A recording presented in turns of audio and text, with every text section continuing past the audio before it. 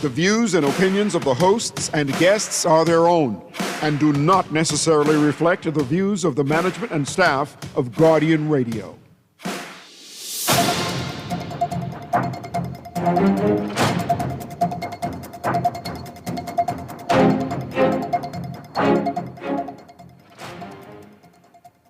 Talk to me, talk to me. Talk to me, talk to me. Looks like we're making up for lost time. Need you to spell it out for me. Bossa Nova on all night. It's like a type of alchemy. Introduce me to your best friend. I can come and slide right in. A satellite ain't even that far. I kinda wonder where you are. Already know I can leave it alone. You're on my mind. Already gave you the time and the place, so don't be shy. Just come be the man I need. Tell me you got something to give. I want it. I kinda like it when you 96.9 FM Guardian Radio today. Good sunny afternoon from the capital city of Nassau, situated on the island of New Providence, here in Oaksville at Guardian Radio Studios. Listen, it is a Wednesday. So I know I don't have to repeat what that means. Today is Wednesday, and we are in the fabulous month of March. So I want to start by wishing all those, of course, celebrating happy birthdays, a very special happy birthday to you all. May you enjoy your day, your month, and just embrace this new chapter of life. Wherever you are, whatever stage you are in, just embrace it. Live it day by day. Listen, I have a woman who in studio today who knows about people just leaving us in all stages of life. So whatever stage you are in, just enjoy it, because you never know when it can be your last. And there are a lot of people laying in cemeteries where shoulda, coulda, wouldas, hopes, dreams left unfulfilled. So today is about you fulfilling whatever it is you believe your purpose is. Everything and anything that God has called you to be, today is that day for you to stand in your power and live in your truth. That is dedicated to you today. So y'all know how we do this thing. We have to establish the protocol real early, real quick, take our first break very early on. So we want to give out the phone lines to call to be a part of today's conversation. So the numbers to call is 323-6232, 325-4316, 325-4259, and anywhere from our beautiful family of islands, you can call into this show toll free at 242-300-5720. And our texters, I promise not to forget you today. I ought not forget you. The lines for you to be a part of this conversation via text message is 422-4796. And of course, our text lines is powered by none other than BTC, and standard text rates do apply. Of course, you can take us wherever you go. You gotta jump on the car. You miss it because the day could be so hot. You can stream us live on GuardianTalkRadio.com. And guess what? Download the Guardian Talk Radio app, because my friend all the way, hello to one of my good friends, all the way in Delaware, said he listens to Guardian on that app. I was like, so you stream it online? He say, no, I have the Guardian Talk Radio app. So listen, y'all behind, if y'all don't have that app, when y'all get out your car, y'all can still tune into the show and not miss a beat. Welcome to the WCW series. It is a Wednesday, and I am so happy and excited to have you with me. Shout out to all of our regular callers and listeners, and those of you joining for the first time, welcome. My name is Gabrielle A. McKenzie Anius, but you can call me Gabby, as you affectionately do, and we're going to have a wonderful day. Chris is going to take us into our first break, and when we come back, I am going to introduce y'all know I get excited about my guests, especially powerful, dynamic women who have contributed so greatly to this society. You know, I am honoring all of my favorites, whether they know me or not. I don't even know if this woman knew my name before I texted or called her today. But guess what? I am going to give her my tribute today in studio and allow those of you that appreciate her, love her, and honor her in the same way to be a part of this conversation as we get to know her better and honor her on this WCW series, Woman Crush Wednesday on Guardian Radio today. We'll be right back after this break. Talk to me, talk to me, talk to me, talk to me, be the man that I need, baby. Talk to me, be the man that I need. Talk to me, be the man that I need, baby. Talk to me, be the man. I'd like to think you feel the same way, but I can't tell with you sometimes.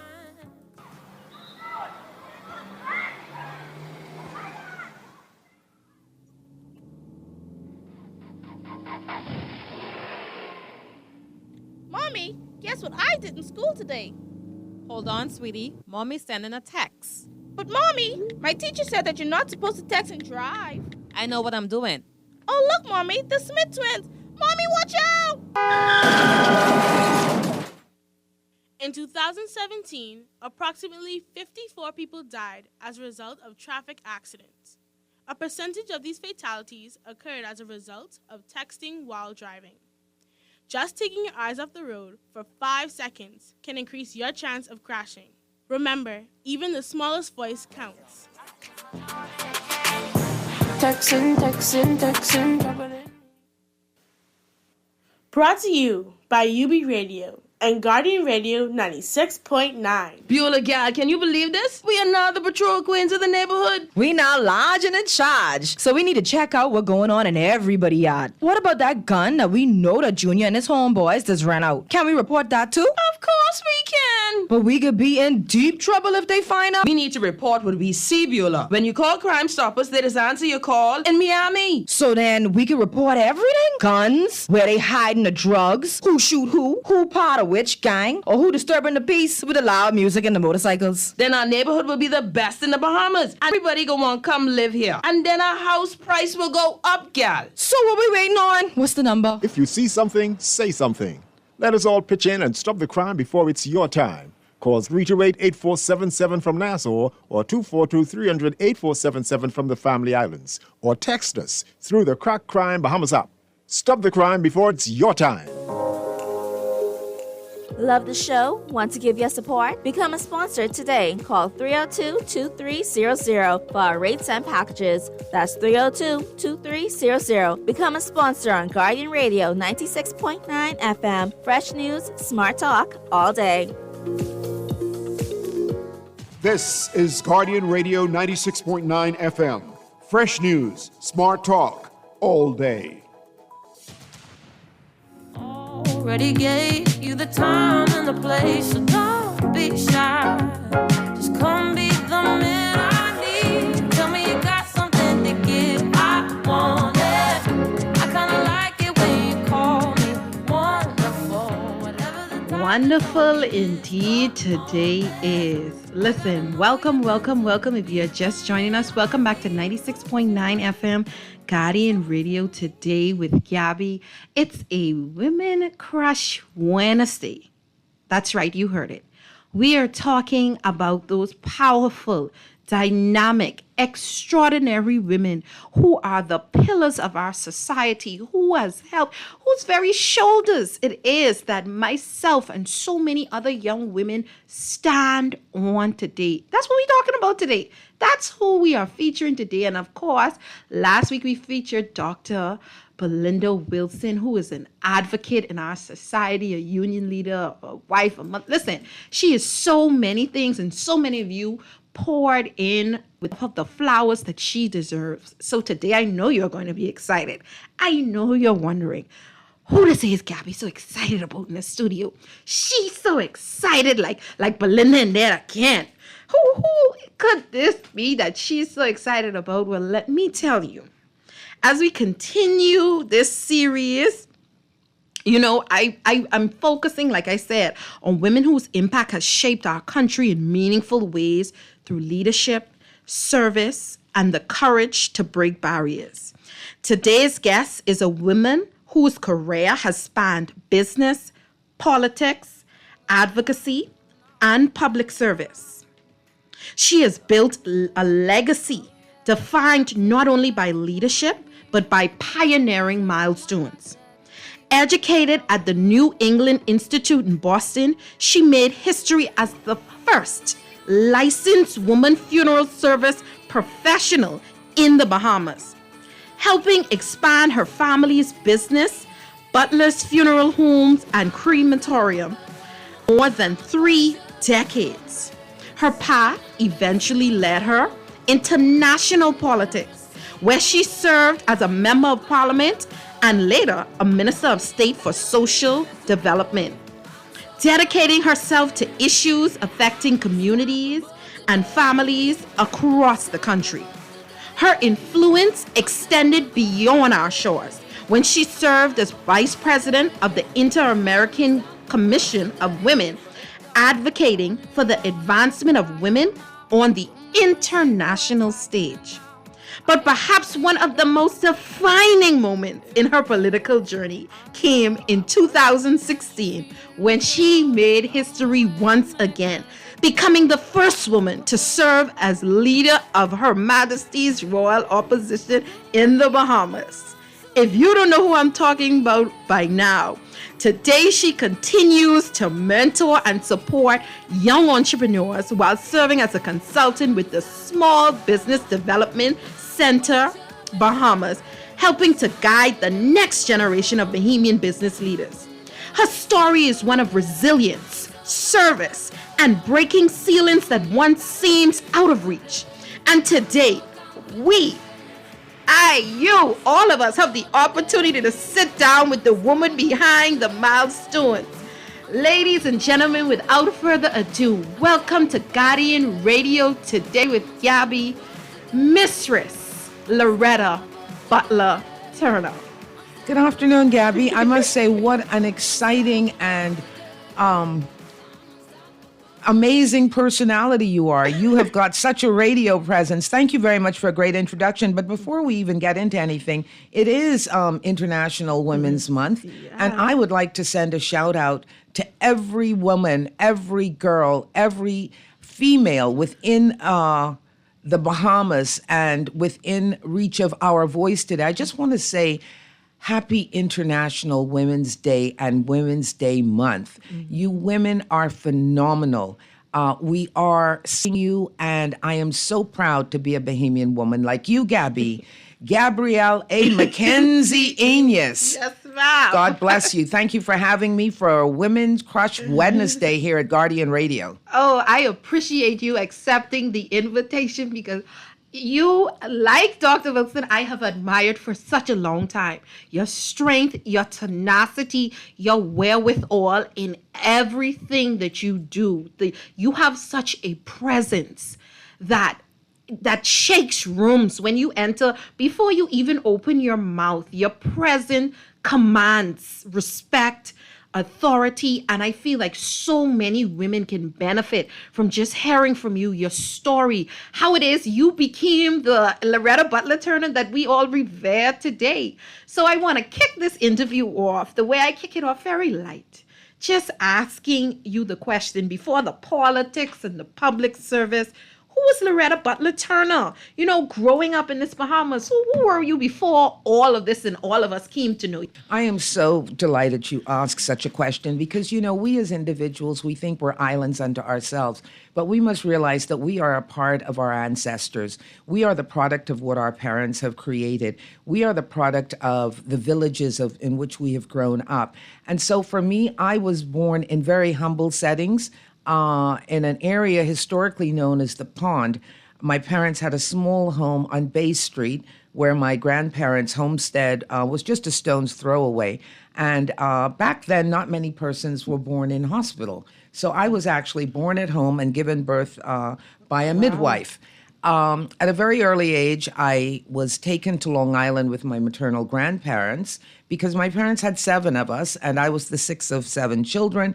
And they said, okay, we're going to take her with us because you've got so many other children on your hands. So my formative years were actually spent in Clarencetown, Long Island. And of course, my grandfather was a Family Island commissioner. So I had the true Family Island experience.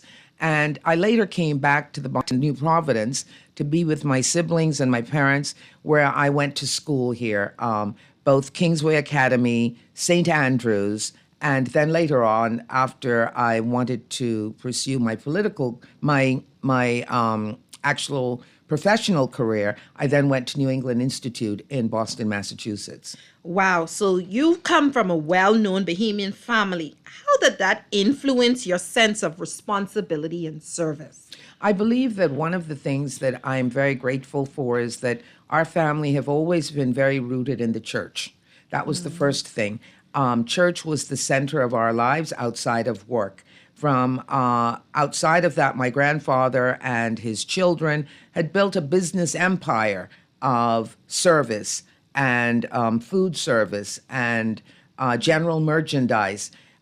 We actually were located on, which is just a stone's throw away from the artery of the Bahamas, Potter's Key. Wow. And so much of what we did was not just local, it was actually inter-island, because our parents also made us work in the businesses. We were the employees because we come from a big family. Our kids, kids were taught to work. And so we got to interact with people from all around the Bahamas, not just in Nassau, because everybody came to the Milo Butler store in the pond, either to bring stuff from the Family Islands or to purchase groceries to go back to the Family Islands. Wow, so your family has been rooted in service, starting off from you all having to be a part of this family business. But what first sparked your interest in leadership? That is, you lead the business now. What first sparked your interest in that? I can do this. I can be a leader in whatever it is I do. I think one of the things we were always taught that education is key. And education was a huge part of our lives. Whether it was in the church or whether it was in school, we were always taught that we had to be the best. We always had to achieve high goals. And I think that when that is infiltrated into your spirit, when that is taught the importance, I think naturally you begin to realize that to excel academically, there are others that are already looking up to you if you're actually doing very well. And fortunately, I must say that, from school days, in addition to my academics, I was also in theater. We did a lot of school plays. And then, of course, I did a lot of debating. I did a lot of public speaking. And so many of my teachers thought very early on that I would probably go into the legal profession. And so I was also a very talkative child. We share that. Yeah, and I wouldn't say that is a negative thing, because I think that, by being talkative, you can sometimes be distractive to others, but you can also have a very inquisitive mind. And so for me, that was very, very important, but I always got reports from school where the teacher said she talks too much. I'm going to say that all the women I bring on, we have that in common, talks excessively in class. But you had a lot of moments of being a trailblazer in whatever it is you're doing. You became the first licensed female funeral service professional in the Bahamas. What challenges did you face entering a traditionally male-dominated field? Okay, so I actually got into funeral service in the 1970s. I apprenticed originally under my father. I did not go off to school immediately because it really was not what I wanted to do. And I think my father, ultimately, being from a sort of very strong male-oriented family background, really expected one of his sons would have been the successor to his business. But in any event, in the 1970s, when I started working in funeral service, there was a stereotype. There was a stereotype that funeral directors were men. They were very, usually older men and stoic. So here I am as a young I thought I was amazing. You were sort of. amazing, honey. No, I mean, I thought, you still are I thought, amazing. no, when I say that, I thought that, I was like the it girl, back in the day, because I used to dabble in little modeling. But in any event, and you're still dabbling, you ain't dabbling no more. You're doing it. No, so. But the first reaction, I think, generally from a lot of people was that, she's probably the secretary, or she, they stereotype you, and this is something that society has done for decades and maybe hundreds of years, where they stereotype females. Females are supposed to be nurses, teachers, all of the sort of female type things. So they did not see me as being a funeral director. So when I actually went off and formalized my education and came back, I think there was greater acceptance in that regard. Even for my father, I think he still was quietly hoping that one of his sons would have been the successor. But it was very interesting in those days. But now there are more females, and I think it's very interesting. It is. So what lessons did the funeral service industry teach you about people and community? As somebody now very deeply involved in that, what lessons would you say you have garnered from that industry? I think one of the things that, I think, first of all, you've got to have certain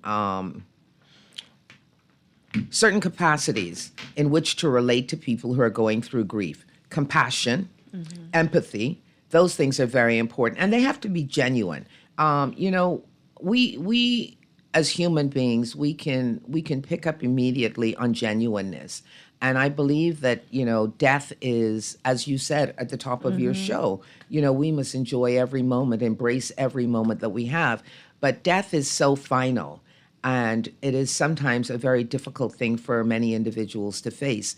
And so to have someone who is compassionate and a female, so I think the positive out of that is that men, not that men are not empathetic or compassionate, I think we as women, as child bearers, we have that ability, that innate ability to be those things. And so I thought it was a natural fit. And I think the lessons that I've learned is that, we all need love. We all need to be cared for. We all need to demonstrate care towards each other, especially as people are going through difficult challenges, and not just death. There are many things in life that give us challenges. And so I think that's a great lesson that I've learned. Speaking of challenges, you have enjoyed rich political history. It is undeniable the contributions you've made to this society through politics and the women that you've inspired through your journey, because we've seen in politics we haven't had a lot of women stepping forward, especially early on when you joined. There was only a few women that had offered themselves, and particularly at the highest of offices. So I just want to ask you just a couple of questions. What ultimately inspired you to enter politics in 2002? First of all, let me give credit to so many women that went ahead. There were women who fought for us to have the rights we enjoy today. Those were very, what we would call everyday common women. They were the women that fought for us to have the right to vote, the suffragettes. And of course, that came into being in 1961. And women were able to vote in the Bahamas in the 1960s. That is because of everyday women who we must celebrate. We stand on their shoulders. You had the Dame Doris Johnsons of the world. You had persons that came behind like Janet Bostwick. These are women that left an indelible mark and an impression on all of us. They will never be forgotten in the history of the Bahamas. So when I would have stepped into politics, frontline politics in early 2000s, I had, I believe, a roadmap. I believe that I had individuals that I could look up to, that I could emulate. And I must also give credence to Sylvia Scriven, who was a woman who held the seat that wanted me to succeed her because she was retiring from politics. I had no interest in politics. And it was Sylvia that actually approached me and asked me would I be interested in politics. Now, the funny thing you would say about all of this is that my family historically had been PLP. Sir Milo was even though he started his political career in the 1930s as an independent, in 1956 or thereabouts, he became a part of organized politics under the PLP. So all the politics that I would have known in my life, because subsequent to that, I have uncles that actually ran in elections for the PLP. Now you're saying, well, geez, Sylvia Scriven, but she would have been FNM. And I believe that one of the things that persons like Sylvia Scriven and the leadership at that time, that would have been the Honorable Hubert Ingraham, they would have seen potential in a Bahamian, not a Bahamian who's a PLP. And so when the invitation was extended to me, it was because of the relationship that I had shared with the Hubert Ingrams, the Janet Boswicks, the Sylvia Scrivens, Teresa Moxie Ingrams, all of those women. They were, for me, I guess you can call it almost like luminaries that lit the way. And so, yes, I went to politics with the Free National Movement, which of course caused quite a brouhaha and a stir, not just in my family, but also in the wider community. I'll never forget my first foray into Camp Road, where some very good friends of mine literally cussed me out and told me that Milo Butler must be turning over in his grave, that I have left the PLP to become a part of the Free National Movement. So those were challenges, but they were interesting. They were not insurmountable. What was the biggest culture shock moving from business into politics? That it's not easy. It's not easy. Even to make a decision is a very difficult thing, because when you become an MP, you're a legislator. Yes, you are a representative of the people, but you become a legislator in the House of Assembly. That means you're there to help enact laws, create laws, modify laws, and there are things that you will find very challenging because, of course, there's going to be opposition, there's going to be support, and so you've got to be very focused on the things that you want to achieve, that your party wants to accomplish. And when you're focused in that regard, you've got to be able to share that message. You've got to be able to share that vision. You've got to be able to sell that. And so it is not easy in terms of doing things like that. Another thing that people may think, they think, oh, well, you become an MP, all of a sudden you're a big shot, you're making lots of money. You don't make lots of money. As an MP, I think the salary still stands at about $28,000, yes, it does. which is not a whole lot of money. If you become a minister, you get, $60,000, $65,000. But there are so many demands placed on your life. So you've got to have balance. You've got to understand that your family is still very important. Your kids are very important. The fact that you've got to show up to be in the House of Assembly, sometimes until the wee hours of the morning, to make sure that the work gets done. And then you've still got to find time, God forbid, if you're a Family Island representative, where you've got to leave this island, travel to that island, and still every 5,000, 6,000, every individual constituent wants to see you. Yeah. It's hugely demanding. Wow. So what was the most difficult, with all that being said, what was the most difficult moment you faced in public life? That's a good question. I think that for me, there was a huge turning point when I realized that I was elected deputy leader of the Free National Movement, which was a first for the Free National Movement. The PLP had a female deputy leader in Cynthia Mother Pratt, but we still had male leadership in the FNM. It's the election in 2012. I was stuck in Long Island. I came back to Nassau, and they'd already selected a new leader for the party because Ingraham was stepping down. Yeah. And they then said they will go to an election to determine the other positions in the party. So I just come out of a general election and found myself thrust into a whirlwind of a 3-week election, a campaign to try and become deputy leader, because I felt that the party was no longer as relevant as it could be by just having 2 men. Women make up such a huge majority of our population, but yet it was not reflective in the leadership makeup of our party. So it was very difficult. I prevailed. I prevailed overwhelmingly when I won at the convention. But I think the most difficult thing was the lack of acceptance because I was the only female elected. Yes. And very few of the males had very much admiration for me. Wow. And we still see this reigning through our society as we talk about these political organizations. But one of the things that a very good friend says to me is, Gabby, a very good male friend, he says to me, Gabby, I blame you all as the women. You all make up the majority, but you all do not know how to organize yourselves. Put your petty differences aside and come together to support one another. That women, particularly in politics, allow men to divide and conquer, maintaining those roles of power. So I want to move into your historic But before you move into that, there is some truth to that, what your male friend would have shared with you.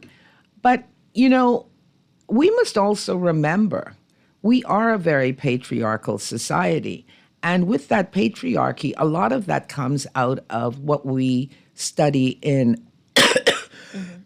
in our churches and in some very fundamental churches where it is, compounded, really, where they say women are not supposed to lead. So I don't think it's just a woman's thing. I think it's even wider than that.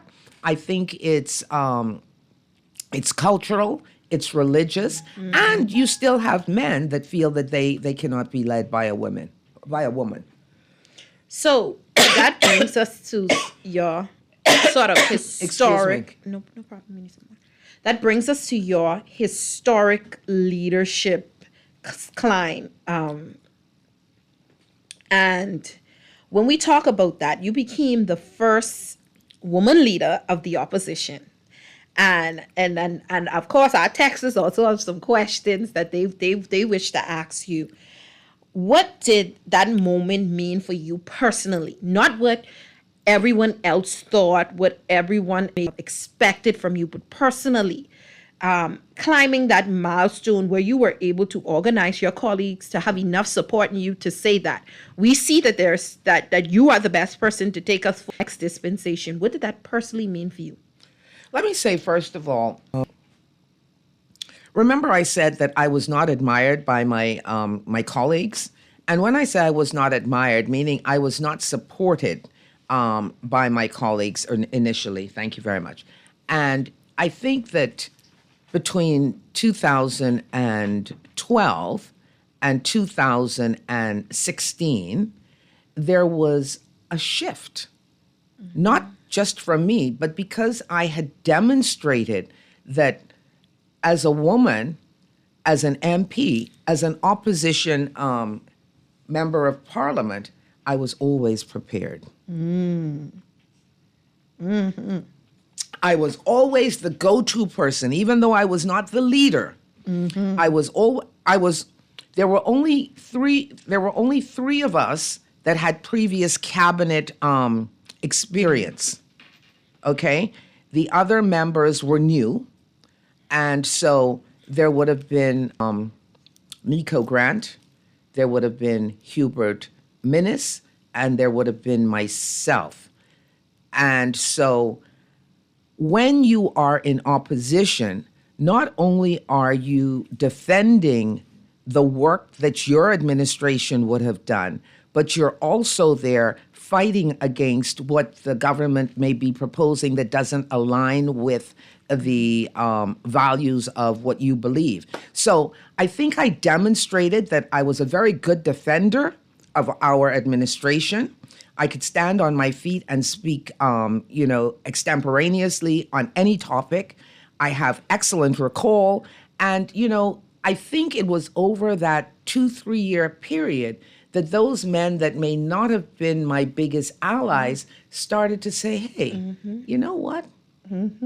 This woman's always prepared. This woman is demonstrating leadership. So I did not have to organize them, to ask them to lose confidence in the then leader. They came to me. they came to me and said, listen, we want you to lead us. Now, remember, prior to that, I had already gone forth and tried for the leadership of the party in 2014. Yes. I was decimated. And so I no longer was even deputy leader of the party. I was then just an MP. So the history would reflect that when we went to convention, and the convention was called when I was totally unprepared, but I know that it was to displace me. And so I was just an MP when my colleagues asked me to become the leader of the opposition.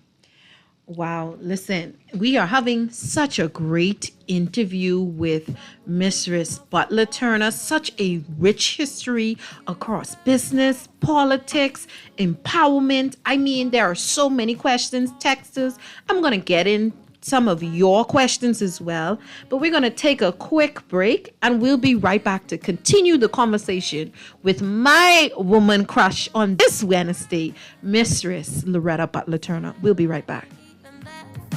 I kinda wonder where you are. Already know I can leave it alone. You're on my mind.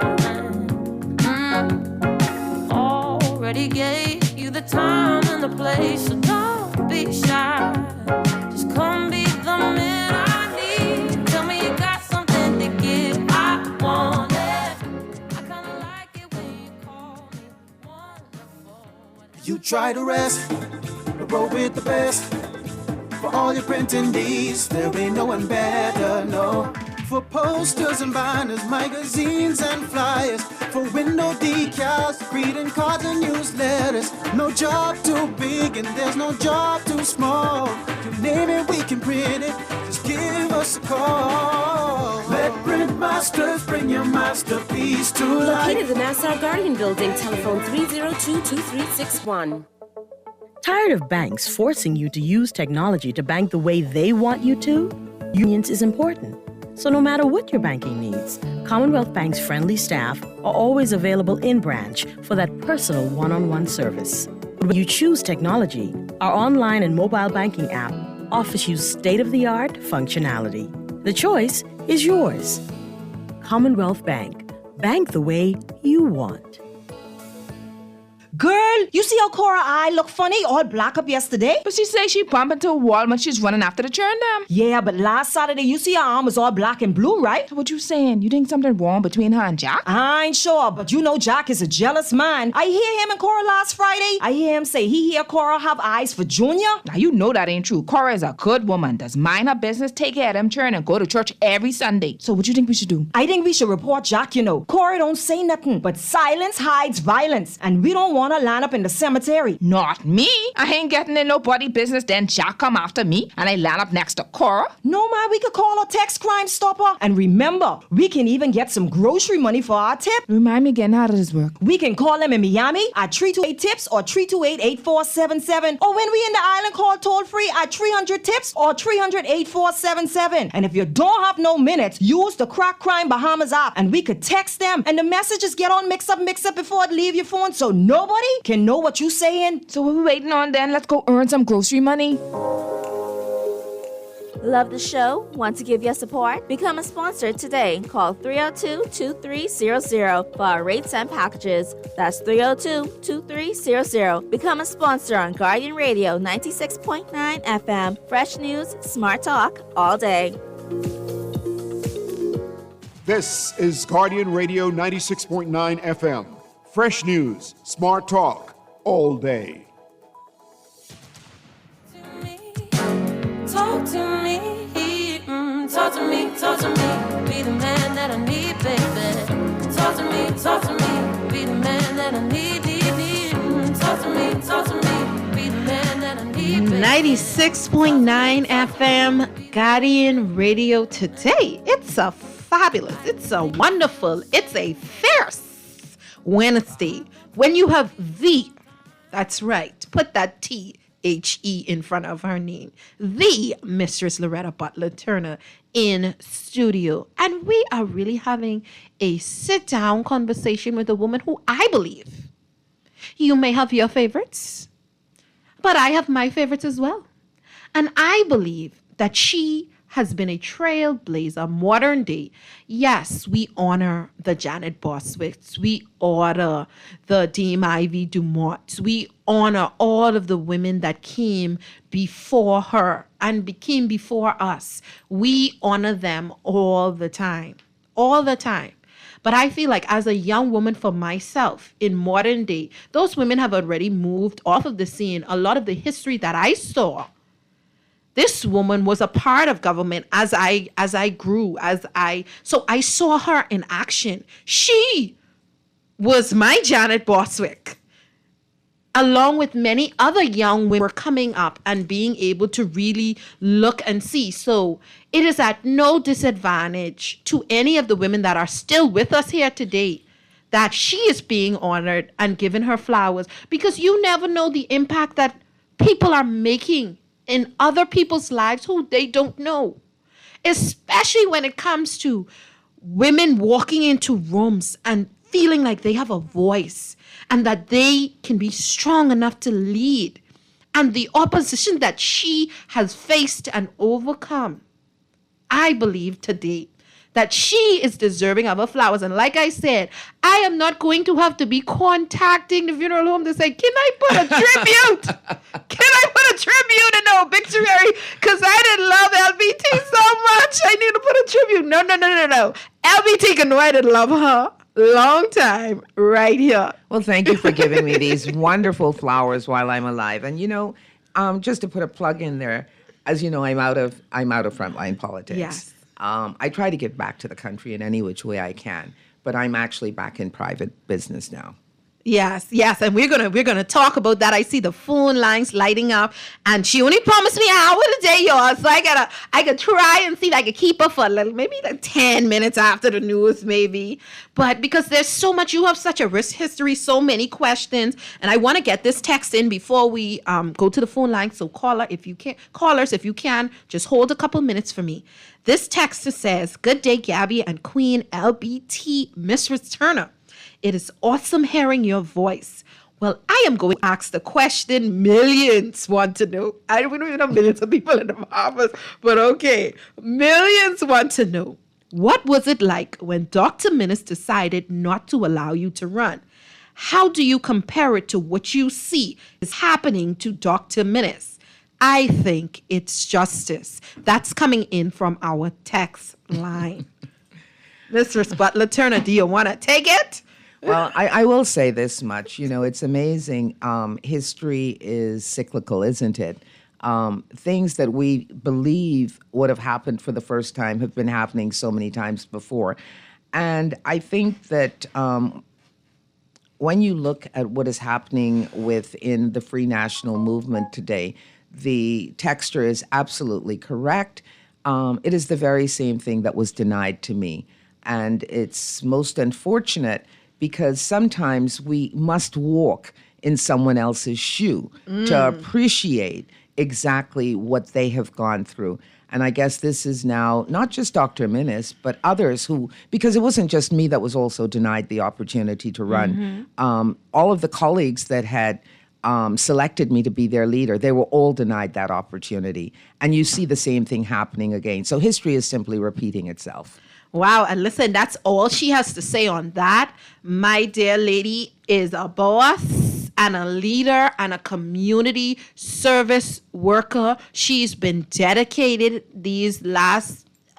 she's dedicated her life to service, but she's been diligently working to really help entrepreneurs in our society. And we're going to talk more about that right after we get some of these calls in, Ms. Turner. So I hope you would allow me right before the news to get some callers in. Caller, you're live on Guardian Radio today. Welcome to the conversation with Gabby and Mistress Butler Turner. Hello? Hi, you're live. Hi, good afternoon. Good afternoon. Gabby and Ms. Turner. Good afternoon. I only have two things to say. I always believe that you are our Mia Bosley. Okay? I love you from the beginning and what you stood for and everything. Thank you. And that is so beautiful. Thank you. Please, if it's possible, dump the PLP, okay? And please come back and try to be our leader, because I really believe that you were supposed to be our first female prime minister. I love you to death. Thank you very much for your encouragement. And thank you so much. Listen to me. I like I said off air, I truly believe that her words, everything she said, we've seen the characteristics. Sometimes people have to buck their toes to sort of learn lessons on what we were saying, because people aren't used to strong leadership. When they see strength from a man, they call him a leader. They call him passionate. When they see strength from a woman, they call her aggressive and a bully, and everything that negatively connotates with that. So I want to talk about more so your legacy, and what it is you're doing now, some more of your personal perspective in business and mentorship. You now work closely with entrepreneurs through the Small Business Development Center. What do you see as the biggest challenges facing Bahamian small businesses today? Capital.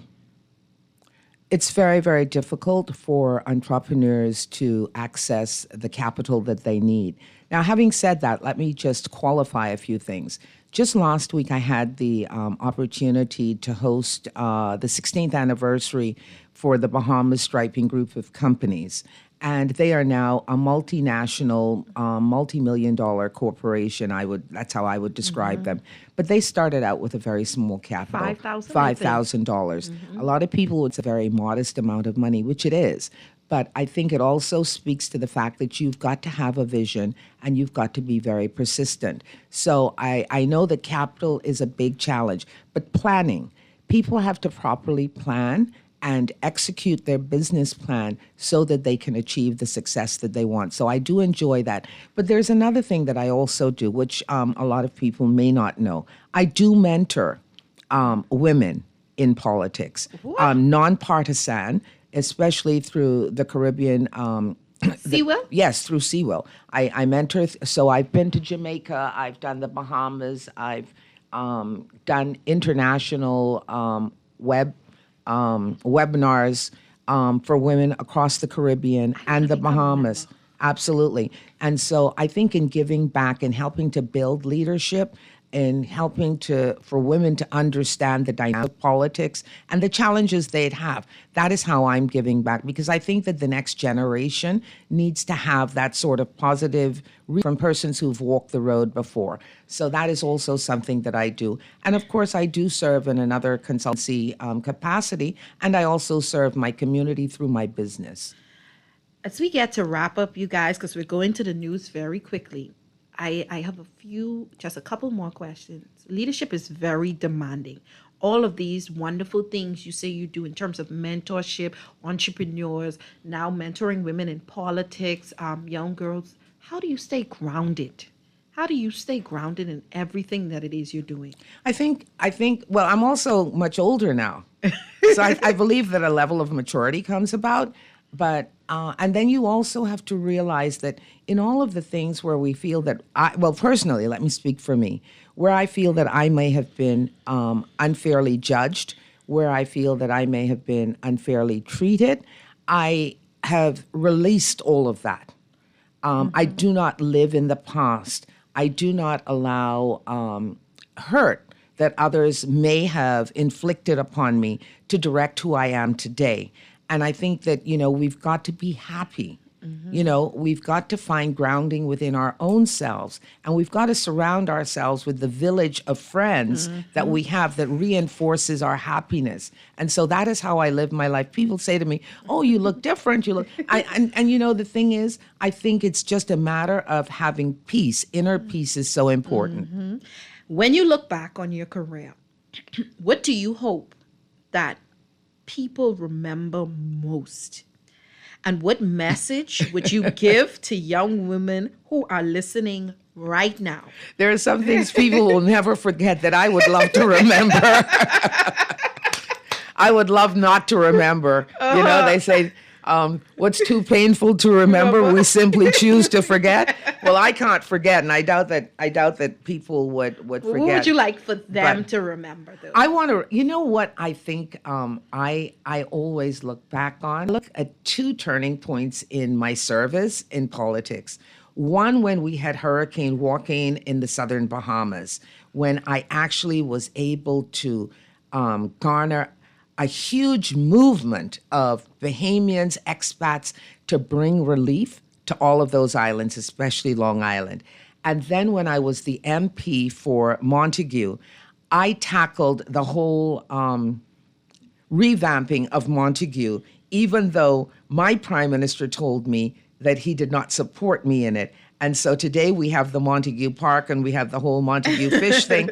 And I must give credit to Saul Kersner, who saw my vision as I was fighting for it. And he actually put up the first $2.5 million to make sure that we could have the beaches restored back in Montague. So for me, those are two amazing things that I really enjoyed doing, that I think made a huge difference in the lives of Bahamians in the Family Islands and also here in New Providence. Wow, we have to go to the news break. I know you only promised me an hour, but can I get 10 more minutes? Just 10 more minutes just to wrap this up. So, ladies and gentlemen, right after the news break, we'll wrap up this interview with Mistress Loretta Butler Turner on our WCW. We will be right back after the news break. I kinda wonder where you are. Already know I can leave it alone. You're on my mind. Already gave you the time and the place, so don't be shy. Just come be the man I need. Tell me you got something to give. I want it. I kinda like it when you call me one. This is Guardian Radio, your station for up-to-the-minute news and intelligent, interactive, and engaging conversations. 96.9 FM. Talk to me, talk to me.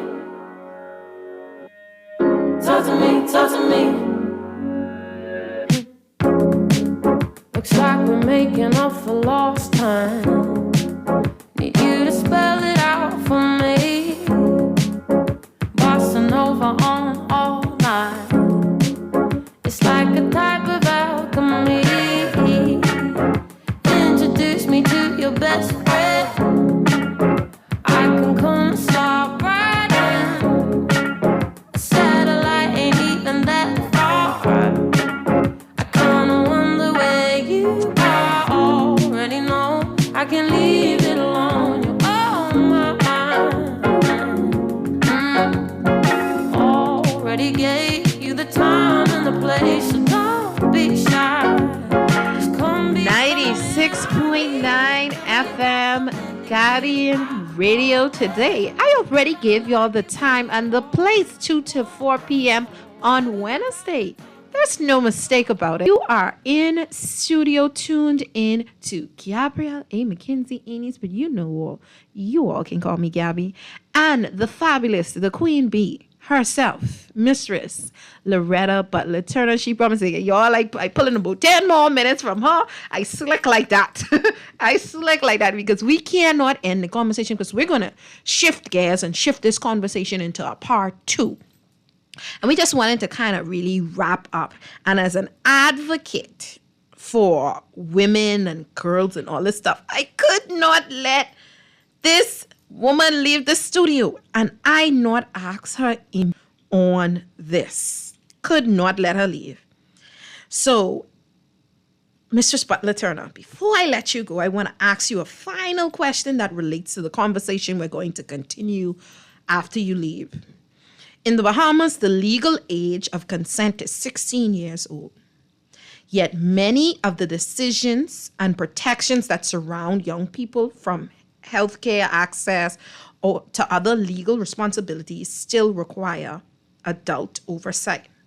From your perspective, as someone who has worked with communities, families, and young people for many years, do you believe that the age of consent in the Bahamas should remain 16, or should it be raised to 18 years old?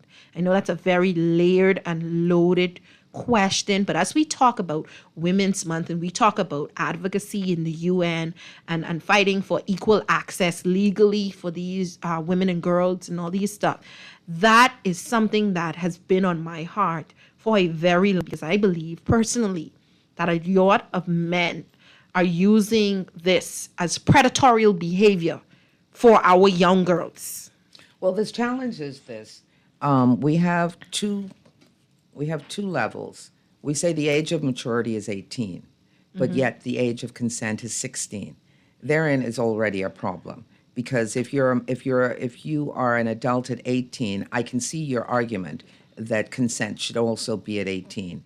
But I do not believe because the age of consent is 16 is why we're having such predatory behavior from men and from women as well. yes. You know, because it goes both ways. It's not just girls that are being preyed upon. Young boys are also being preyed upon by men and women.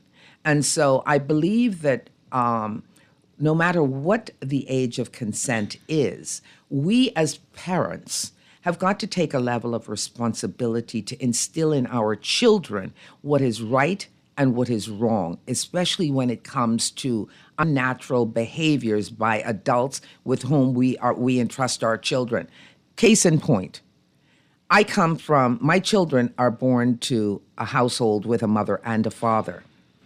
But it was my duty to share with both my son and my daughter all about good touch, bad touch, and what they need to report, no matter who it is from. It could have been my husband. It could have been an uncle. It could have been a cousin, whatever. So I think it's also really important that we not be afraid to talk to our children. One of the things that, as I grew up, that was taboo when they started to teach sex education in school, parents didn't want the school to teach their children about sex education because they thought it was such a taboo subject. I think that, you know, in all of the things that we teach, whether it's civics or whatever, sex education is very, very important because there's so much misconception within, you know, the groups of children and families. There's so much untruth. The kids, some kids don't even know, you know, how you are inseminated, how you're pregnated. And so I think that maybe when we revamp the entire educational system, we've got to have a very strong sex education class for all students. I think it's very, very important. I think good touch, bad touch has to be taught as well, because many times kids are intimidated by people who are supposed to be loving them, and they're afraid to report it. So whether we change the age for consent or not, I think education is key. Well, there you have it. Thank you so much. I'm going to keep it. I already got a couple minutes over. And I want to thank you so much, Mrs. Butler Turner, for stopping in, sitting with me, and allowing us to really get to know you on a different level. Outside of the media, well, this is media, but outside of the politics and the heckling of it all, we really, truly got a deeper understanding of who Loretta Butler Turner as the businesswoman is, as the advocate, as the mentor is. And I appreciate you so much today. So what I would like to say, first of all, let me thank you once again, because when you called me, as you know, I probably was a bit hesitant. But I must say now, in hindsight, this has been a lovely experience. Thank you so much for all the kudos you gave me. I don't think I'm deserving of them. And also thank you to the audience. And once again, I want to say a big shout out to women and girls everywhere. Hold your heads high. We do have a place. We do have a place where we can actually ensure that women experience and are all that they can be, and that is at the leadership table. Women, you deserve to be there. We need to help each other get there, and I will be an advocate from behind to make sure that women are uplifted. Thank you very much for your time. Again, thank you so much. Ladies and gentlemen, we're going to take a quick break. And when we come back, we're going to continue this discourse because this is Women's Month. And we have talked about all of the issues that our women and girls are experiencing. So we will be right back after this. I'm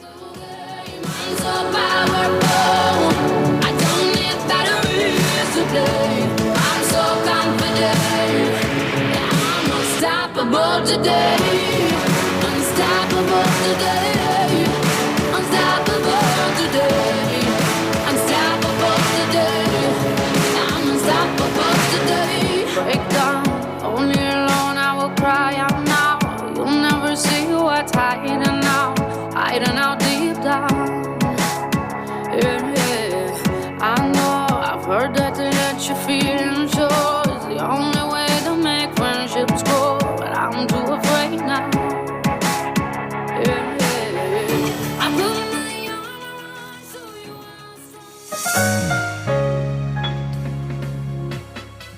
more money back in your pocket with the Fidelity Debt Consolidation Loan. Why pay more when you can pay less? Reduce your monthly debt payments down to one low, easy payment. Apply for a Fidelity Debt Consolidation Loan today. Call 356-7764. Fidelity, we're good for you. Beulah, gal, can you believe this? We are now the patrol queens of the neighborhood. We now large and in charge. So we need to check out what's going on in everybody's yard. What about that gun that we know that Junior and his homeboys just ran out? Can we report that too? Of course we can. But we could be in deep trouble if they find out. We need to report what we see, Beulah. When you call Crime Stoppers, they just answer your call in Miami. So then we can report everything? Guns, where they hiding the drugs, who shoot who part of which gang, or who disturbing the peace with the loud music and the motorcycles. Then our neighborhood will be the best in the Bahamas, and everybody go want come live here. And then our house price will go up, gal. So what we waiting on? What's the number? If you see something, say something.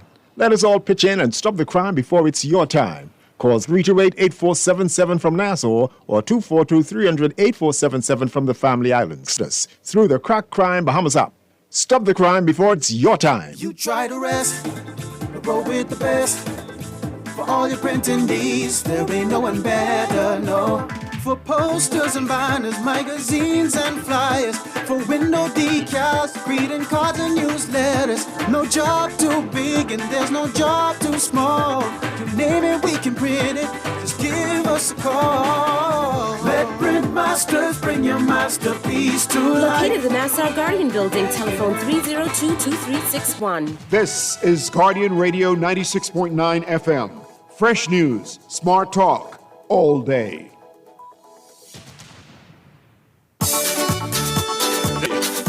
All the way from Hawkinson. They call me Cupid. We had to talk about these bus drivers today. Why they making no sense on the road? Aren't they crazy? Let's deal with them now. Let me show you. They make one way to two-way to three. The things they do, you gotta see to believe. Oh Lord, jump on this bus, it's 98 degrees. Man, this bus so broke down, ain't got no AC. Sea salt sunken in, let me off this ride. I just jump on this bus, this man want $1.25. Bus driver, why you look like that? Find the dog and cat. Man, please don't kill me for $1. I mean, $1.25. Let me off this trap. I did say bus stop from trailer spot.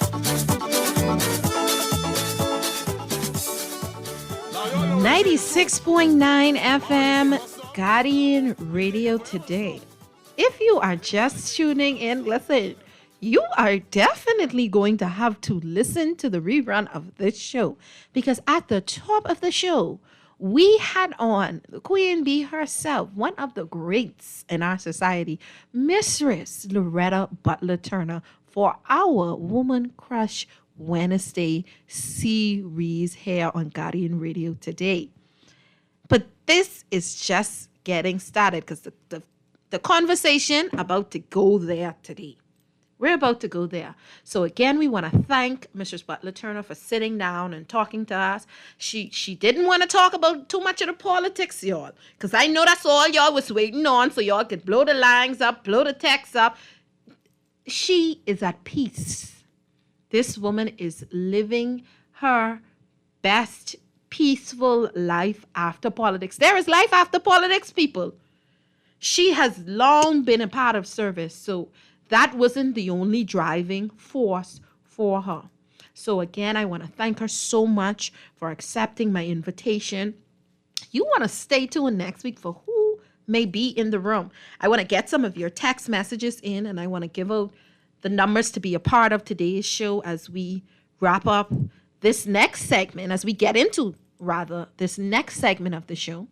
So the numbers to call to be a part of today's show is 323-623, 325-4316, 325-4259, anywhere from our beautiful family of islands, because there is nowhere as beautiful as the Bahamas. You can call and be a part of the show toll free at 242-300-5720.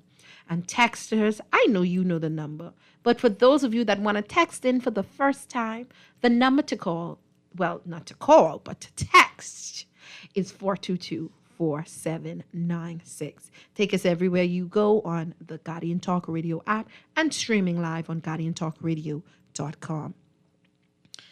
This texter says, hey, Gabby, I think Michelle Malcolm would be a WCW as well. Send me Michelle Malcolm's contact. We only have so much Wednesdays in the month, but we will see what we can do. This next texter says, good afternoon, Gabby. Great show. I always admired Mistress Butler and followed her during the early years. Continue to shine in your private life. May the good Lord continue to bless and keep you, Mistress Butler Turner. This text said, Gabby, kindly ask Lady Loretta to run in Kalani. The lady already tell y'all she ain't bothering with that. That she's done with that. This texter says, good day, Gabby. This text is for you. Okay, then I will read that when I get a minute. This next texter says, my WCW is Ginger Moxie. When is she coming on the show? As soon as you have one. That'll be your show then. No offense. I mean, these are my WCWs in case you all haven't figured it out. These are some of the women that I have admired, but also that have contributed in society. Some of their names you may know, and then some of their names you may not know, because I also want to do a spin on it. And I want to bring on one or two women who are killing it in business. They may be younger. Their names you may not know yet. But I see their heart, their drive, I see their passion, and I believe that they deserve a platform, be heard. So you can say first that you remember them coming on when they were budding businesses. And now I see them as the future millionaires of society, the future influential women of the society. I want to acknowledge them too. So if you do have some of those women that you think that I should feature in that segment of the WCW, including some of our politicians, you can feel free. I'm going to post the video to my socials. You can follow me at Genius Brief, GeneasBrief. That's on Facebook. Gabrielle A. McKinsey Eneas and Gabby on TikTok. You can send me a message for your birthdays and all the women that you think should be a part of this feature. And we'll see what we can do. So be sure to follow the socials. And of course, you can contact the Guardian Radio page for all of that as well. This next texter says, good afternoon, great show. Tell Mistress Butler come back and put the government back in check. Listen, the guy say she would have been his Mia Motley. That's what they were expecting. But I want to get into today's second half of our discourse, the question that I asked Mrs. Turner before she left. And I asked her about the age of consent for women in the Bahamas. And as you know, it currently stands at 16 years old. And this obviously this applies to men as well, but we are in Women's Month. So if callers and texters, everyone, excuse me, if it seems as though these issues are women-centric, but they do apply to our boys as well and our young men. But because we are in Women's Month, we are talking specifically about the woman and the women and child in honor of that month. And at 16 years old, it now causes us to pause to think. A young person cannot vote. They cannot legally drink. They cannot sign most legal agreements without a parent or guardian. Furthermore, these young women and young men, they cannot access contraceptives to even ensure that they are able to safely participate in sexual activity.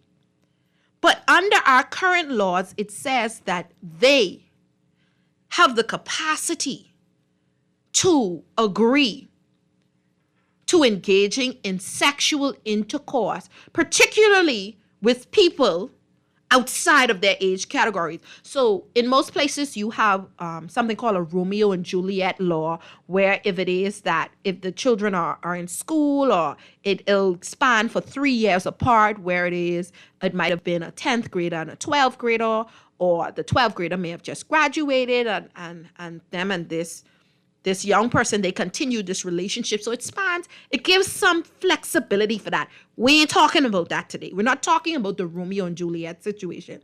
We're talking about the predatory behavior that continue to persist in our society. And who does it serve for these young people to be able to consent to giving their bodies in a way that they are still learning themselves? They can't do nothing else. They can't even give birth without the parent coming to sign them out the hospital. And we are saying as a society that it is okay for these young women to say, yes, I want to do this with this man who is sometimes twice and even 3 times their age. So when we talk about advocating and the protection of our women and girls, this is an issue that I really, really wanted to bring to the forefront today and speak to in this second segment of the show. And I want you, the listeners, I want you, the callers, you, the engagers, you, the activists, the educators, the parents, the mothers, the fathers, I want you to chime in on this.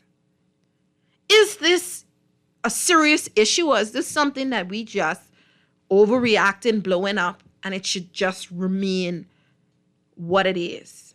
I see we have some callers on the line, and I don't want to keep you waiting any longer. So callers, I'm going to invite you to be a part of the conversation. Good afternoon. Welcome to Guardian Radio Today with Gabby. Caller, are you there? It's Gabby. Hi, yes it is. Good afternoon, ma'am. How are you doing? I'm good. How are you? All right, thank God for life as usual. This is the blind one, Papa. Hi, Papa, to the show. Hey, I was wondering if you, so far, you say these are your picks you bring on. Yes, these are my picks, Papa. These are my picks. My WCWs. WCW. Okay, yes. So far, you had 2 WCW, which you had on. I might have missed some. No, we only had 2 so far. Dr. Melinda Wilson. Uh-huh. And Miss Loretta Turner Butler. Correct. I spend time around more time with Miss Butler than Madam President, Dr. Wilson. Mm-hmm. And you never to tell us what she get the doctor agree with, because we have a strong feeling of just there ain't no honorary doctor degree where they give some people give donations. No. She must take course for. And yes, she did. She has an extensive education background. If Glennis Martin could be one of your favorites too. You have to stay tuned. You could invite her on. You have to stay tuned and find out. So Glennis Martin and whoever. You have to stay tuned. Okay, sorry, and if you could, whilst we stay in tune, the lady, Dr. MacGyver, yeah, Dr. MacGyver, if you could get her to come, Veronica MacGyver, to come on, we would appreciate it. We really would appreciate it. Thank you so much, Papa. Yeah. And only because it's you, I taking this call over the airway like that. Because you said we must email it and stuff to you. Yes, you can send it to my, and you can send me a DM on my socials, comment on my page, any of my pages, with your pics. I see people are sending text messages with their pics. So what I'm going to do for you all, for my listeners, I am going to introduce a fan favorite. So whoever you tell me is the whoever gets the most reactions or the most comments or the most DMs about, I am going to bring them on the show as a fan favorite, WCW. Okay? So all the people that won Glennis, all the people that won Leslie, I see people are texting about, Orinthia people are texting about. I see your texters. You saying the girls them having sex so early? Yes, that's what we're talking about. Listen, I can go right now. I just believe, I might be wrong, but I believe not just women in general. I believe mothers encouraging this too. And I'm talking about just prostituting their daughters. They be secretive to the daddy and, do some things, then the daddy don't know nothing. And then when the daddy get the final, he's surprised. Sometimes the fathers are missing not because they want to be missing. Either the mommy don't like them or the court written out money and stuff like that. So that's our problem right there too. We got to get that daddy not back in the home, a part of the children's life. The little boys are being molested also, but the girls, the mother making them think these women, they can't on. I only can think the mothers, they must see could die soon, and they want to see their children up, see their grandchildren before they dead. That's all. Because that's a bunch of nastiness, stupidness. Sorry, but that keep up the good way. Thank you so much, Papa. I appreciate you always. I want to take this next phone call. Listen, we do apologize for the wait, but we wanted to get through the discourse. Welcome to Guardian Radio today. Hello. Hi, you're live. Good evening, Gabby. Sparky here. Hi, Sparky. Calling in early today. Said to call in before he closed. I appreciated you. Follow instructions well, Sparky. Go ahead. I was trying my best to get in with Miss Loretta Butler Turner because I know her. Uh-huh. From a long. Yeah, she's listening to the show, so she still can hear you. So go ahead. She's not in studio, but she can hear you. Of queens. First of all, her grandmother, the wife of Samaya Butler. Mm-hmm. Her mother, the wife of Mr. Raleigh Butler. Herself, the wife of a wonderful husband that she had to put to rest, Mr. Turner. We all knew her from the pawn. She grew up with the Isaacs. Madam Dame Isaacs, the Hylers, the Eniuses, Gully Enius, and all of those people from the pawn. The Fountains, of which I am a family member. And I admire you picking out these women. Thank you so much. much. And there's something I've wanted to say that I've preached many years. That the women in this country who did so much for this country, Gabi. Yes, sir. Who went untold about. Mm-hmm. Who they did not honor at Government House. Mm-hmm. At the Ministry of Tourism. Mm-hmm. At the House of Assembly. In the many big churches. I can name one, Gabi, if you might say I'm boasting. In 1958, my mother, Gwendolyn Mercedes Roy Mins Pender Fountain, gave Gus Cooper in 10th Street the first sponsorship to start the Valley Boys. 67 years later, my mother has never been honored by any Junkanoo group, any Junkanoo committee, any government house, any ministry of tourism. And look what Junkanoo is today. When she gave Gus Cooper the money to start the Valley Boys, back then half of us who still rush on Bay Street couldn't go to Bay Street because they thought it was taboo. So the parents didn't used to let most of the sons go to Bay Street. We had to sneak away. But my mother made sure that me, my brother, and my cousin went down with the Valley Boys for the first lap with Malcolm Gas Station sponsorship, where she worked there in the day, and then she worked at the hospital at night as a switchboard operator. Yes, sir. And she died And we at 46 years old. appreciate that, Sparky, and we appreciate your mom for that. So that's a moment to briefly honor her in this moment. And I want to thank you again so much for your call and calling in. So I allowed you that moment to honor your mother. And there are a lot of unsung heroes, a lot of unsung women in this society. So for me, it isn't about necessarily who got the accolades during their time. It's about just recognizing women who's contributing in a way that sometimes they don't even know it. It's amazing because before I even called Mistress Turner, she may not even have known my name. She might have seen me in passing a few times. We've actually been at events the same time, but that isn't what this thing is about.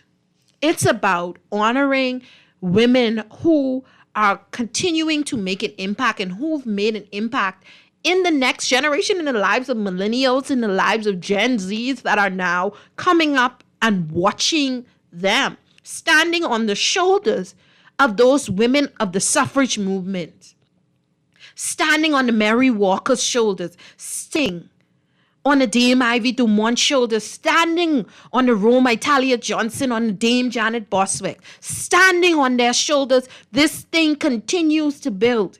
And we've honored them all the time, and we've continued to honor them. But this sometimes is about the women that continued their this thing is about the women that continued their legacy and have made them proud. I would hope in a way that we all would remember. Carl, I want to invite you to the conversation today. as we continue to honor these women and really talk about the age of consent, the things that our young girls are going through today, and even by extension, our young men in society. Should this age of consent remain at 16 years old? Who is it benefiting? Welcome to Guardian Radio today. Hey, great show, Gabby. And I guess how you doing? Thank you. Right, and now you know certain things I say don't really be all that radio appropriate, right? And hold on. Let me do the disclaimer. I need you to think about it. I give you a good minute before I answer this call. Think about it. Don't drop no bombs. And don't drop nothing what could cost much you. Yeah, but let me get on to my conversation. Go ahead. This situation being an issue, you know. Mm-hmm. This being an issue from years ago and actually centuries ago. The only difference is now, right, social media is now out there now to expose the nastiness. What's been going on, you know. Mm-hmm. That's all it is. But there's always was an issue. The only problem is it used to be called a family secret. So can I ask you a question? So is your generation then guilty? Because we in Lent still now. Y'all know I rubbing this in, I driving this all the way home in this Christian, and I put that in quotation marks, nation that we call ourselves. In this Christian society, your generation, and I say us as Bahamians and everyone who's been a part of this, by extension, has kept this secret and has kept this thing going to the point where we now have injured and broken adults in society? Okay, let me ask, how old are you? Me? I'm 31 years old. You're 31 years old, right? Yes. I'm 47 going on 48. Mm-hmm. This been going on way before my time. This ain't got nothing to do with my generation. Mm-hmm. This been going on the generation before that, the generation before that. This been going on from centuries ago. Jesus them used to get married at 18, you know. Uh-huh. So you think now, child brides, we should continue decades old, centuries old practices, and we should allow because these girls now are seeing periods at much younger ages. We have 8-year-olds having periods, and a period means that your body is being prepared to be able to conceive a child. That's what that means. So you're telling me, and so when we talk about those things, they used to say first blood, when they start to see that first blood. You're telling me now in 2026 that it should be okay, it should be appropriate for as early as an 8-year-old to carry a child who barely know how to wipe their private parts good? Okay, I'll have 2 words for that. Hell no. Thank you so much, caller. Next caller, welcome to Guardian Radio today with Gabby. Hey, Gabby, how you doing? Okay. You know, as the previous caller said, there's a little difference. I know what he said was definitely true. But one of the things that, you know, I find kind of interesting, I don't believe a child should be able at the age of 16 to say, or whatever the case may be, according to the law. I truly believe that, when you can make good, sound decisions, probably within your 20s, then you can be considered, legal as far as that's concerned. But one of the things I found very interesting, and I think that it goes to an even deeper core, is a lot of us, if not all of us, in our grandparents, great-grandparents, when we do a search back, a lot of them were getting married at 13, 14, how did that turn out? 15. How do we then look inwardly at where we came from and understanding the culture of what we were doing back in those days? I always found it very interesting, that I would say anyone that's well over 60 or 55 in this modern society had to have experienced that somewhere in their family within the Bahamas. And I'd just like to hear what the view of what people were thinking back in those days, and comparable to what we're looking at things nowadays. Low education. Back in the day, they would be considered what we're considering today. Predators. So how do we position that? Thank you. Thank you so much. Listen, you just opened up the dialogue even greater. Because you also had a lot of them back in the day, if we're completely honest. The majority of our grand or great-grandparents had minimal to no education at all. So they didn't even know. So all of the access to resources and information, it was non-existent for them. So these things were happening in sort of maybe a bubble per se. Now that we've advanced, and they say when you know better, you do better. Now that we've advanced and we have access to information, science, technology, research, and we know when the human mind develops and the brain develops, and when a girl has come into her full growth, when she starts to develop breasts and pubic hairs, and when her brain can fully function as a woman, and she can begin to start to make more rational decisions. We know when these things happen now because we have access to information. We know when a young boy is at his full peak because we have access to information. And with all of the access to information, we still see it fit here in the Bahamas because they always say charity starts at home and ends abroad. Sweep your own doorstep before you worry about what's happening anywhere else. We still see it fit for 16-year-old girls who cannot go. And even if we're saying, okay, these girls then can consent to this sexual activity, we didn't even see it. Lawmakers, policymakers, I'm talking to y'all who go in there every day running on with a bunch of nonsense half of the time. More than half of the time, y'all ain't doing nothing. Being a member of parliament is a really part-time job. It's really a part-time job. That's why they say y'all only need to make $28,000. A lot of the things, y'all are legislators. Legislators, what are you doing? There are so many groups. Shouts out to Zonta and all of the women organizations that are advocating for women, girls, and the protection of our young children, young men, everything. Shouts out to you all. But legislators, you have these groups, you want to take photos with these groups, and you want to say, oh, well, this is what we're doing. Where we sat with these the chairman of this group and we discussed and this thing. We even have the spouses of our leadership that go and are part of these organizations. Yet we cannot have legislation that is effective and reflects the same. As a 16-year-old, you cannot walk into any government clinic and say, or any pharmacy and say, can I have some PrEP? Because I having sex with a man and I need to make sure that I am not exposed to any sexually transmitted diseases.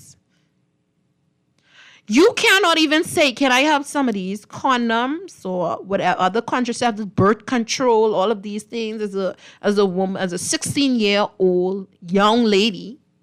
So you're not a woman technically yet. You're not even a woman yet. You cannot go anywhere and say this, but you could say, yeah, you could come pounce all over me. In our society, that makes sense for you all?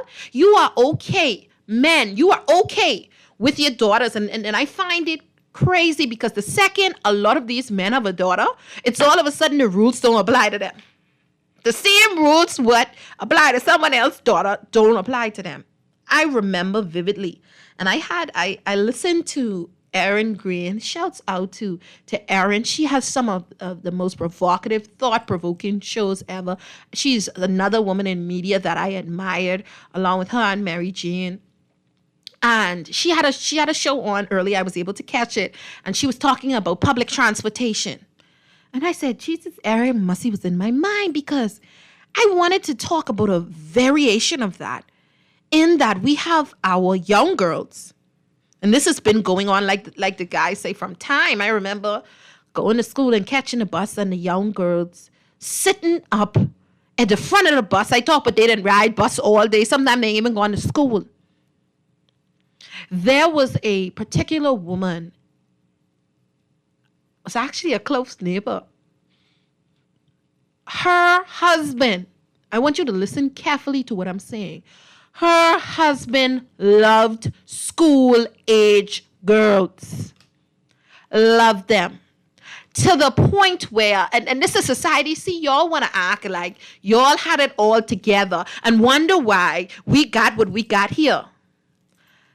Her husband used to go with the school-age girls to the point where this woman used to be coming on the bus to fight the school-age, just a grown woman coming on the bus to fight the school-age girls for her husband. These things happening, they driving. Chris over here startled Chris. The woman used to come because she know her husband did like little girls. Ain't no other way to put it. School-age girls, I talking about. They in the uniforms. They in the CV battle uniforms. They in the CI uniforms. They in the high school uniforms. And he cutting up and giving them monies and doing all these things to the point it got where she became physical with teenage girls. These things been happening in our society. And we perpetuated them as though it is normal behavior.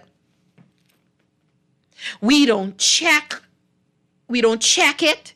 We just go and it's like you don't see this. It is what it is. I mean, I had to been so green at a lot of times when I think back at the predatory behavior that was even perpetuated at me. I walked home from school, coming home from school. I might have even been at AF Adley then. I don't even remember when it really started. And this I always tell this story of these men. They were older men and they used to be under the tree right in the Grove Mine, Crooked Island Street. I could tell the story. Some of them dead now. And I walking home, and of course I never really expressed this to my mother because I never thought anything of it. I was green. And the guy saying, 3 more Canap season. 2 more Canap season. 1 more Canap season. And I don't understand what he talking about because I used to call it the unemployment tree. All I know is a bunch of fellas used to be under this tree, Chris, sitting down, slamming domino, and trying to holler at women all day. I said they could not have had jobs or anything. They probably 2 to 1 were selling drugs. Some of them were known drug dealers to the community. Let's be honest, if we have a real conversation about this. And lo and behold, to me, as I got older and I started to replay that story in my head, Canap season, this guy is counting down the time when it would be lawful for him to approach me in a sexual way. This happening in our society. Social media has now made these things prevalent where our young people are now no longer as afraid because now they can post their stories online. They can post things anonymously and get help. But these things have been going on for decades and almost millennials in our society. And nobody who's speaking out about it. Why haven't our legislators seriously enacted things that are going to protect our children? So today when I heard Aaron talking about the public transportation, why aren't there buses that are licensed during school hours, during the time when school age and only school children can ride these buses? And like somebody mentioned, that there are resource officers that are in the front seat of those buses, making sure that those children get on the bus and get off of the bus and are going to school during school hours. And the buses are marked so that during this time, only school-age student, and if they're riding with a parent, accompanied by a parent, may ride the bus. No one else. so that we can make sure we're talking about the children ain't getting to school, this thing and the next thing happening. All these things are happening. We haven't even gotten our public transportation. We have school buses. And we wonder why the traffic's so bad in the morning. I say every morning, thank you, Jesus. I don't have to come out the house before 10 o'clock. Because the traffic is terrible. The parents that care, they don't want their children walking and roaming the streets no more. It ain't safe out there. We haven't forgotten about the Bellas and the Adriel Moxies of this. We ain't forgot about them. We ain't forgot about the boys in Grand Bahama all those years ago that were abducted, raped, and buried. We haven't forgotten. So then what? We haven't forgotten about them Marco Archers. So what then are we doing as a society to protect our children from this behavior, from these things happening? Or are we going to just continue to turn a blind eye and wait till it's too late or it reaches to our doorstep? Then all of a sudden, it must be stopped. Good afternoon, caller. Welcome to Guardian Radio today. Hey, good afternoon, Gabi. Good afternoon. Thank you so much. Yeah, Gabi, you made an interesting point, right? I've been listening, right? The thing is, I always call it talk shows, right? In the Bahamas, we have a systemic problem of dealing with just issues. Right? You look at the fact that the prison officer shot the dog the other day, right? Mm-hmm. I didn't even know that dog's supposed to be fenced in the yard. That was illegal. If you look around Nassau, who's guiding that part of the law? Mm-hmm. Who's enforcing that part of the law, right? You have kids at 16 giving consent and they can't even vote. Mm-hmm. These are simple things. That we have. Mm-hmm. And someone gets murdered. There are 2 murders in Freeport, I think, the other day, right? Mm-hmm. And people are desensitized. Mm-hmm. No one is really checking. The Bahamian people, I think we saw to the point that we need effective leadership to bring us back into the fold. Mm-hmm. Right? You know what I mean? But as a Bahamian, I'm just looking around and it's like, the system we have in place, why can't we get working? What's the problem? We can't. You can't get nothing in this country, nothing done properly. And this is what I'm saying. There are so many low-hanging fruit for our legislators if they are serious about it. Thank you so much for your contribution, caller. For our legislators to really deal with on a consistent basis, really going through our Constitution and seeing what it is in there, going through our laws and acts that are still contradicting each other and it's not reflective of the society that we live in today. Text us. I want to read some of your text messages. Call us. We're going to get back to the phone line very shortly because we're running out of time. But we're going to continue this dialogue. Oh, most certainly we're going to continue this. This texter says, hey, Gabby, I was just saying this no one campaigns or touches the topic to change the age of consent. Yes, and the law is contradicted because the man was charged with kidnapping because a young lady was 16 and it was consensual, but the girl slept by him. So she could do the horizontal hokey pokey, but can't give permission to sleep. So just hit her and then send her home. Well, what in the Narnia is going on? This man could be charged with kidnapping. And he had sex with your 16-year-old daughter. But the only thing he could be charged with is kidnapping because you didn't have sex with her and sent her home. What a time we living in. This next texter says, Gabby, big grown women can't control their desires. So imagine a young woman coming into herself. As the caller said, women married young. When does a girl become a woman? The best time for a woman to give birth is when she is young. We calling things progress, but is society better than yesterday?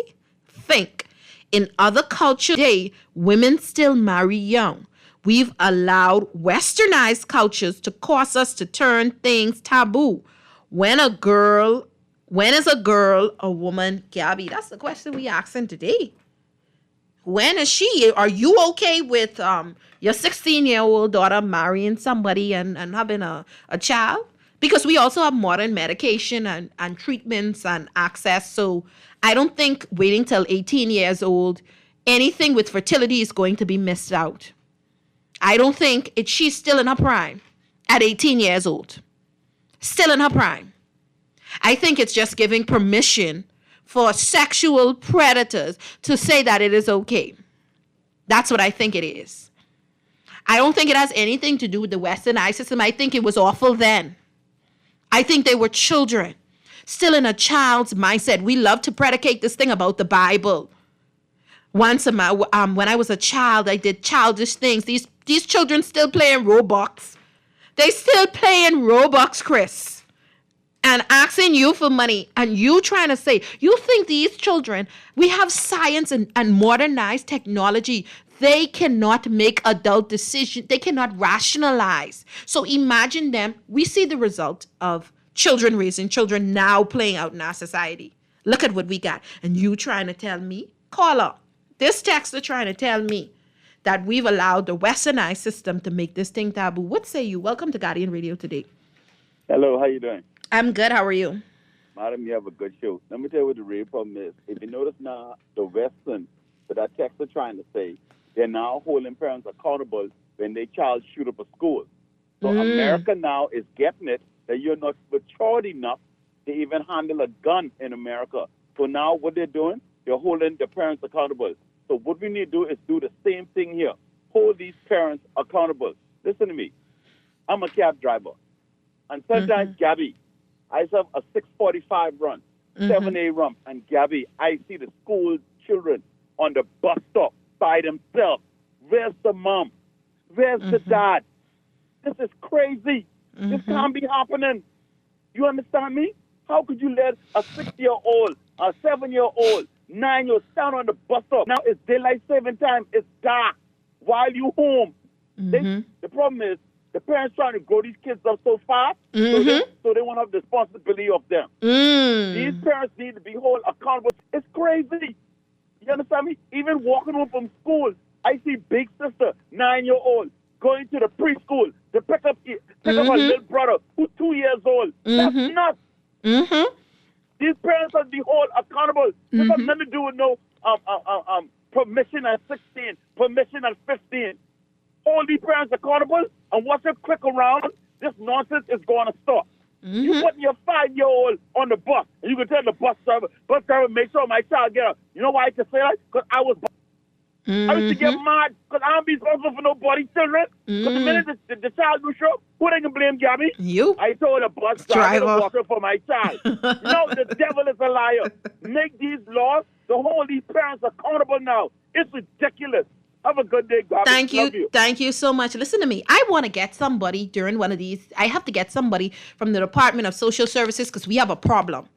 There are so many people that even report issues and there's no follow up. We have a problem in this country with follow up. I talk about even when we find abuse taking place in these homes, and when you report it, the children are either left in the state or the state that that social services removes them from. There's nobody following up on the case, nobody checking back to make sure that the children are okay. We have a serious issue and we are seriously out of time, y'all. But I want to get in these last few texts before we go. And we're going to continue this conversation next week on Wednesday. And of course, listen, I tell y'all have to send me, go to my pages. You got TikTok, you got Facebook, go to them. On Facebook, you can find me GENEASBRIEF. Send me who you want. Is your fan favorite who you want to be featured on this series as your WCW. I am going to do that for you, my listeners. So this text says, good day, and your experience is just a sample of what took place. Imagine nowadays, the illegals are leading the way with all the sexual dominant and promiscuity.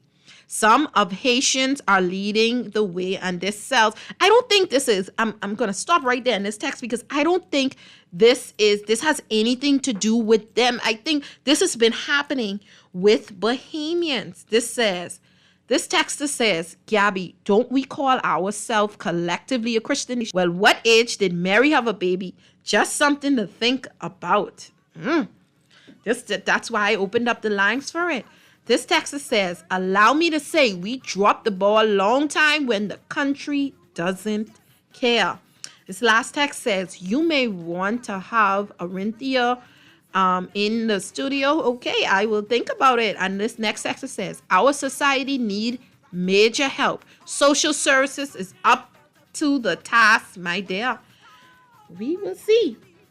Listen, it's been such a great time with you. Again, at the top of the show, we had the legendary Loretta Butler Turner in studio for our WCW series. And then we wrap things up with, the age of consent. We're going to continue this dialogue throughout the month of March, talking about these things. I am Gabrielle A. McKenzie Aeneas. You affectionately call me Gabby, and I'm so happy to be in your company.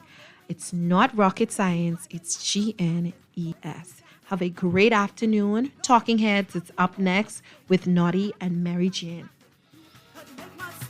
You got to be